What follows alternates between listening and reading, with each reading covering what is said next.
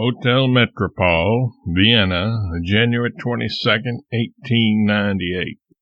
Dear Howells, look at those ghastly figures. I used to write it, Hartford, 1871. There was no Susie then. There is no Susie now. And how much lies between? One long, lovely stretch of scented fields and meadows and shady woodlands, and suddenly Sahara. You speak of the glorious days of that old time, and they were. It is my quarrel that traps like that are set, Susie and Winnie giving us, in miserable sport, and then taken away. About the last time I saw you, I described to you the culminating disaster in a book I was going to write, and will yet, when the stroke is further away.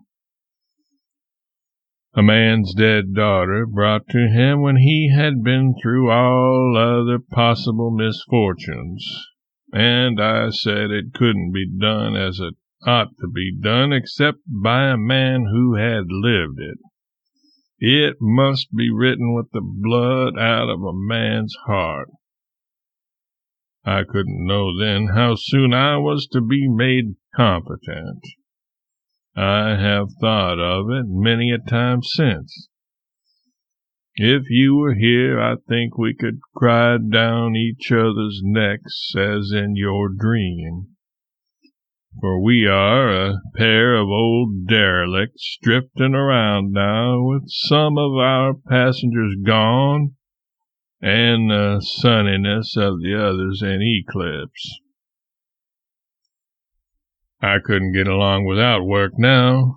I bury myself in it up to the ears. Long hours, 8 and 9 on a stretch sometimes, and all the days, Sundays included.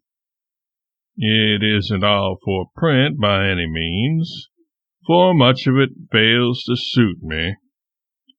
50,000 words of it in the past year. It was because of the deadness which invaded me when Susie died. But I have made a change lately into dramatic work, and I find it absorbingly entertaining. I don't know that I can write a play that will play, but no matter. I'll write half a dozen that won't, anyway. Dear me, I didn't know there was such fun in it. I'll write 20 that won't play. I get into immense spirits as soon as my day is fairly started. Of course, a good deal of this friskiness comes of my being in sight of land, on the Webster and Company debts, I mean, private.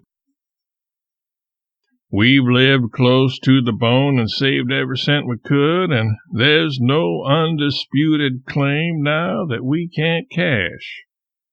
I have marked this private because it is for the friends who are attending to the matter for us in New York to reveal it when they want to and if they want to. There are only 2 claims which I dispute and which I mean to look into personally before I pay them. But they are small. Both together they amount to only $12,500. I hope you will never get the like of the load saddled onto you that was saddled onto me 3 years ago.